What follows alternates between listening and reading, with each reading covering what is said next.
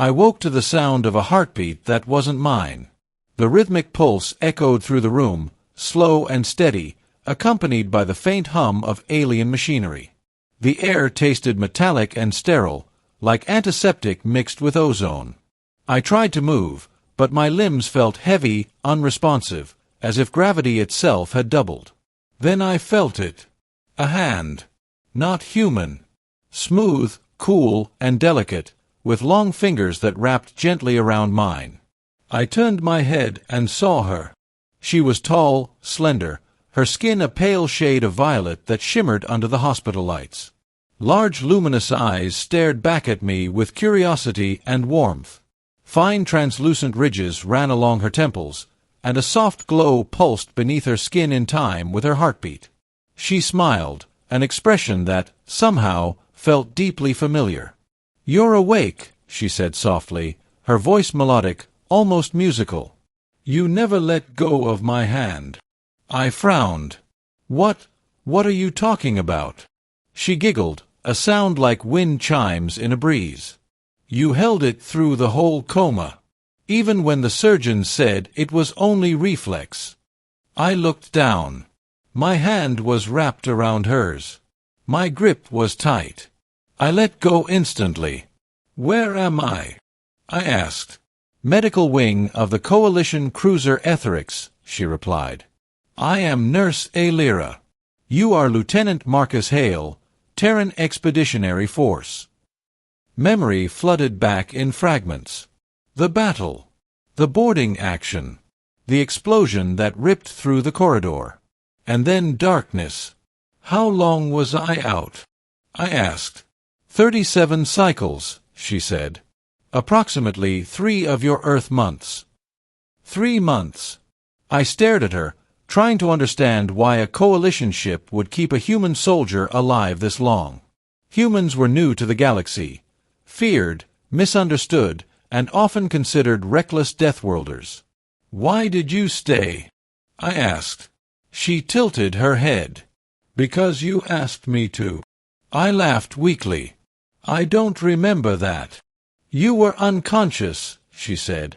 "But your subconscious brain patterns were unusual. The medical AI translated your neural activity into emotional signals. It interpreted repeated signals as requests."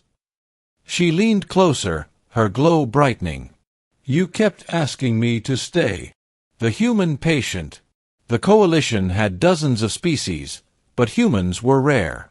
We were the newest member of the interstellar community, barely tolerated after proving ourselves in combat and exploration.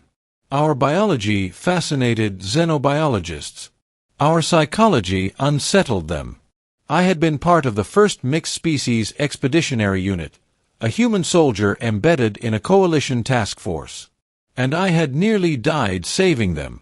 The blast that threw me across the corridor had killed 2 Zalari Marines and ruptured the ship's reactor conduit. I'd sealed the breach manually, knowing full well it would flood the compartment with radiation. Apparently, I survived. Alira checked the holographic monitors around my bed. "Your cellular regeneration is impressive. Your species' healing factor is beyond Coalition averages by a factor of 7. "Lucky me," I muttered. She shook her head slowly. "Not luck. Resilience." I studied her more closely. She had been at my side when I woke, and something about that felt strange. Coalition nurses rotated shifts. No one stayed with a single patient for 3 months. "Did you really stay the whole time?" I asked. "Yes." "Why?" She hesitated. Her glow dimmed. "I was assigned initially.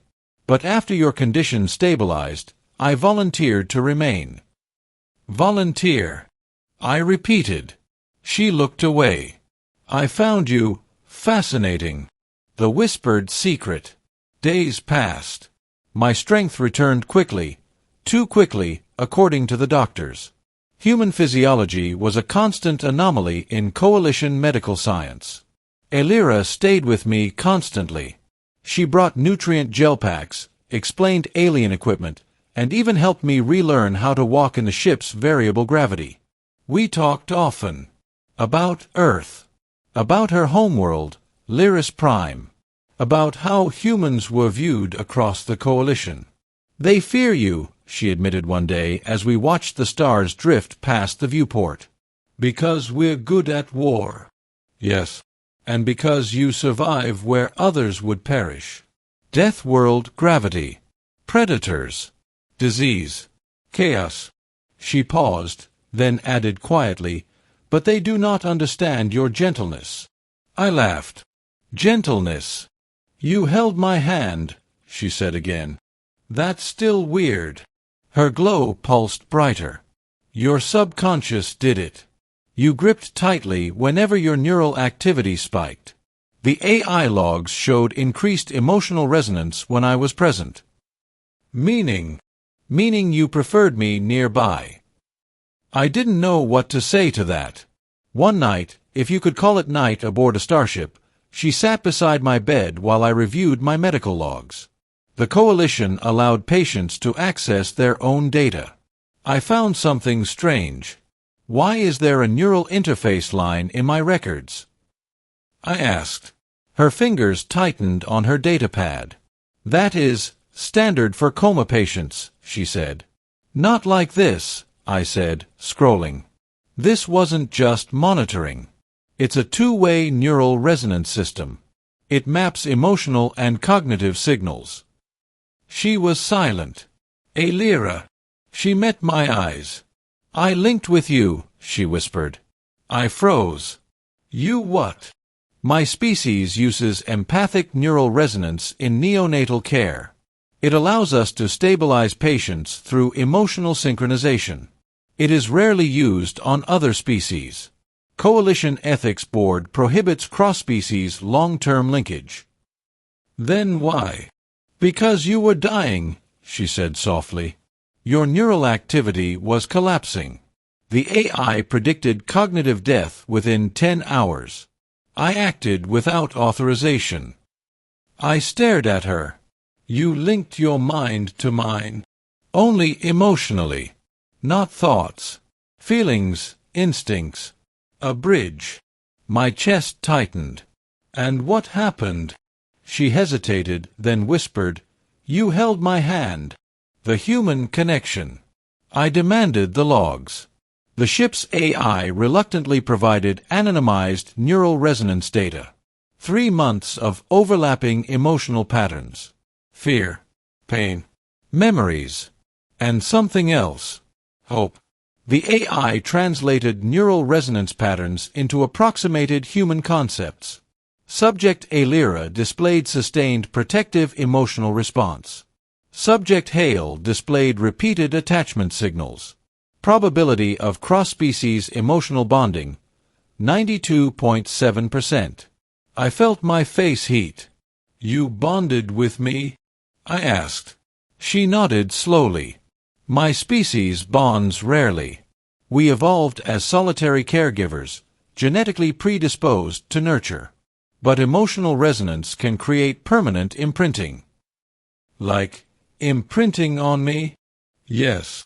I didn't know whether to feel flattered, terrified, or both. You're an alien nurse who emotionally bonded with a human soldier in a coma, I said. She smiled faintly. That is an oversimplification. Yeah, but it's accurate. She laughed softly. The Coalition's response. The problem was, the Coalition didn't like surprises. Especially emotional ones. The Ethics Council summoned me and Aelira to a formal hearing. A massive holographic chamber formed around us. Representatives from dozens of species appeared in shimmering projections. The chair being, a massive crystalline entity known as Tkor, spoke first. Human Lieutenant Hale, it intoned. You were subjected to unauthorized empathic resonance by Nurse Aelira of Lyris Prime. This constitutes a violation of Coalition medical protocol. I raised my hand. She saved my life. Unquestioned, Tkor replied. However, the consequences of cross-species bonding are unknown. Emotional influence could bias both parties. It could compromise medical objectivity and military operations. Aelira stood straight, her glow steady. "I accept responsibility," she said. "But I do not regret my actions." The council murmured. "Lieutenant Hale," Kor said, "do you experience cognitive or emotional interference from this bond?" I thought about it. I felt calmer when Aelira was nearby. More grounded. Less haunted by the battle. "No interference," I said. "If anything, it helped." Kor paused. "Humans are unusual," it admitted. "Your neuroplasticity and emotional resilience exceed coalition norms. Still, precedent must be considered." Aelira glanced at me. "If you choose," Kor continued, "we can sever the empathic bond using a neural dampening field. It may cause emotional discomfort." Aelira's glow dimmed. I looked at her. Her hand found mine instinctively, and I didn't let go. "No," I said. The chamber went silent. "Explain," Kor demanded. "She risked everything to save me," I said. "She didn't control my mind. She didn't manipulate me. She stayed." "That's it." Kor studied us for several seconds. "Human emotional attachment is formidable," it said. Finally, the council ruled. The bond would be monitored, but not severed. Aelira would continue her duties, and I would return to active duty once cleared. What she felt. Later, back in the medical wing, Aelira sat beside me. "You could have chosen separation," she said quietly. "I didn't want to," I replied. She hesitated. "You should understand what that means for my species." "Tell me." She took a deep breath, her glow pulsing. "Empathic imprinting is permanent. When I bonded with you, my emotional architecture rewrote itself. Your presence is now integrated into my neural identity." "Like a soulmate thing?" She searched for words. "Perhaps. But stronger. It is as if part of my mind believes you are my responsibility forever." "That sounds heavy." "Yes. Does it bother you?" She shook her head. "It feels comforting." I squeezed her hand. Returned to duty. 3 weeks later, I was cleared for duty. The crew treated me differently now. Some with respect. Some with fear. Some with curiosity. Humans already had a reputation as Deathworld titans, survivors of impossible conditions. Now they saw one who had bonded with an alien nurse. Rumors spread. Humans were emotionally contagious. Humans changed alien minds. Humans were dangerous in ways no weapon could match. Aelira was reassigned to my unit as a medical liaison. "You don't have to follow me into combat zones," I told her. "I choose to," she said. "Why?" She smiled. "You never let go of my hand." The test. Our next mission tested everything. A distress signal came from a remote research outpost on a Class 9 Deathworld. Coalition protocol forbade most species from landing. Humans volunteered. I volunteered. Aelira volunteered. The planet was a nightmare. Crushing gravity, toxic storms, predatory megafauna. The research team had gone silent after discovering something ancient beneath the surface. We descended into the ruins. The ruins were older than the Coalition. Older than most known civilizations. And they were alive. A biomechanical entity awakened and attacked us, a living structure feeding on neural signals. It targeted Aelira immediately. "She's linked to you," the AI warned. "The entity is amplifying empathic resonance to control her." She screamed, dropping to her knees. I grabbed her. "Marcus," she whispered, her voice distorted. "It's in my mind." The entity tried to hijack the bond between us. But it didn't understand humans. Humans evolved on chaos, on pain, on mental resilience. I forced my mind open. I reversed the link. I pushed my emotions, fear, rage, determination, through the bond. The entity recoiled, overwhelmed. It had never felt human emotion. We destroyed it with orbital strikes. Elira collapsed into my arms. "You used the bond as a weapon," she whispered. "Humans adapt," I said. She smiled. The galaxy learned. The report spread across the coalition. A human soldier had weaponized emotional bonding to defeat an ancient neural predator. The galaxy realized something new. Humans were not just Deathworld survivors. They were emotional titans. They bonded. They endured. They adapted. And when necessary, they turned connection into strength. The ending. Back aboard the Etherics, I sat in the medical wing again. Elira sat beside my bed. "You almost died again," she said. "Occupational hazard." She giggled softly. "You held my hand," she said again. "Yeah," I said. "Guess I have a habit." She laced her fingers with mine. "For my species," she said quietly, "this bond means I will never leave you." I looked at her. "For my species," I replied, "we don't leave people we care about." Her glow brightened like a sunrise. Outside the viewport, the stars stretched endlessly. The galaxy feared humans. But one alien nurse had learned the truth. Humans were not just warriors. They were companions, guardians.